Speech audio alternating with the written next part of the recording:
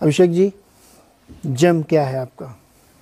मुझे तो लगता है नीरज जी सभी जेम है जो हम डिस्कस कर रहे हैं। पहला जेम मगर क्योंकि मल्टी बैगर की बात हो रही है और हम भी क्योंकि एक पीएमएस चलाते हैं तो हमें भी एक रिसर्च करके काम करना होता है। डिस्क्लेमर ऑलरेडी आपके स्क्रीन पे होंगे तो मैं वो रिपीट नहीं करूँगा। काम के मुद्दे पे आते हैं तो मेरा पहला रिकमेंडेशन जो मुझे लगता है कि देखने जैसी बात है इस कंपनी में वो है IDFC लिमिटेड।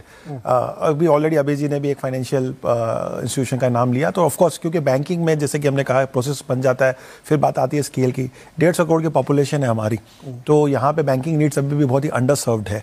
सो मुझे लग रहा है कि कोई भी आप अच्छा नाम अगर आप ले लें जो एक डिसिप्लिन वे में अगर अपनी बुक को बिल्ड करें तो वहाँ पे पैसा बन जाएगा। यहाँ ज़्यादा अक्ल लगाने वाली बात नहीं है। अब IDFC क्यों? IDFC की कमाल की हिस्ट्री रही है। IDFC पहले एक इंफ्रास्ट्रक्चर फोकस्ड सेगमेंट पे ही काम करता था। बहुत बड़ी बुक होती थी।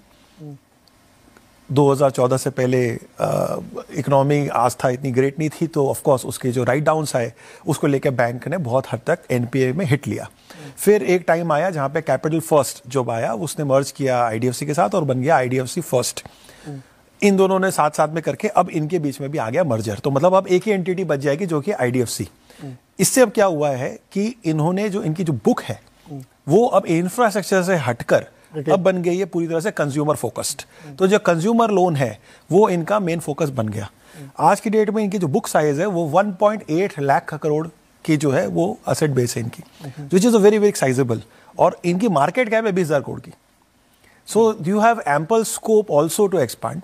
अब इन्होंने लास्ट 5 साल में क्या किया, जब नया मैनेजमेंट आया लास्ट 5 साल में इन्होंने अपने निम पे बहुत फोकस किया। तो इनकी जो निम है जो एक टाइम पे 3% होती थी आज हो गई है 6%।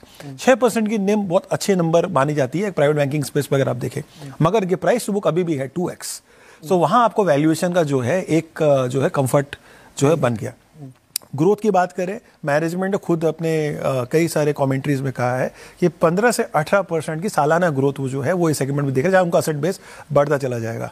अगर हम बात करें आने वाले समय में तो अगले 7 साल तक तो उनको पता है कि इंडिया की जो कंज्यूमर बेस है वो कितनी बड़ी है और कितनी एक्सपांड होने वाली है। तो इन्होंने जो सेगमेंट अपना पकड़ा हुआ है वो सेगमेंट है स्टेडी ग्रोथ का, और उसमें इन्होंने जो अपनी फाइनेंशियल डिसिप्लिन लेके आए हैं उसका बेनिफिट इनको अब आगे लॉन्ग टर्म में मिलना है। फाइनेंशियल डिसिप्लिन एक ले मैन में अगर बात करें तो कैसे देखा जाता है? एक पॉइंट अभी हमने डिस्कस किया, पैसे तो लगा दिए आपने, रिकवर कैसे करेंगे? वापस भी लेने। तो GNPA और NPA का नंबर, NPA का नंबर 0.5% है, 0.52, which is according to me is a very good number considering the history of this bank, जो एक ज़माने में क्या स्थिति थी। तो ये जो मर्जर इनका हुआ है ये एक पॉजिटिव हुआ, और अब एक ही सिंगल एंटिटी होने से साइज का एक इनको एडवांटेज मिलेगा। एक सिस्टम इन्होंने बना लिया, एक फोकस सेगमेंट पकड़ लिया है। मुझे लग रहा है कि इस सारे जो एक होता है कि भाई आपके पास साइज होना चाहिए, आपके पास मार्केट अपॉर्चुनिटी होनी चाहिए, आपके पास प्रोसेसेस होने चाहिए एंड वैल्यूएशन का कंफर्ट होना चाहिए।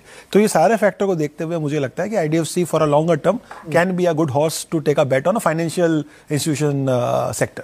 2 फाइनेंशियल क्या गए, स्पंदना और IDFC, और इनके जो हेड हैं जो इसको रन कर रहे हैं इस समय वो बहुत ही जाने माने बैंकर हैं, नाम आप लोग जानते ही होंगे। और उन्होंने वाकई मतलब इसको रिटेल की तरफ, इंस्टीट्यूशन से रिटेल की तरफ, कॉर्पोरेट से लाके बड़ी कमाल की। और उससे पहले उनका ICICI बैंक में भी, फ्यूचर जनरली भी बहुत अच्छा रिकॉर्ड था। तो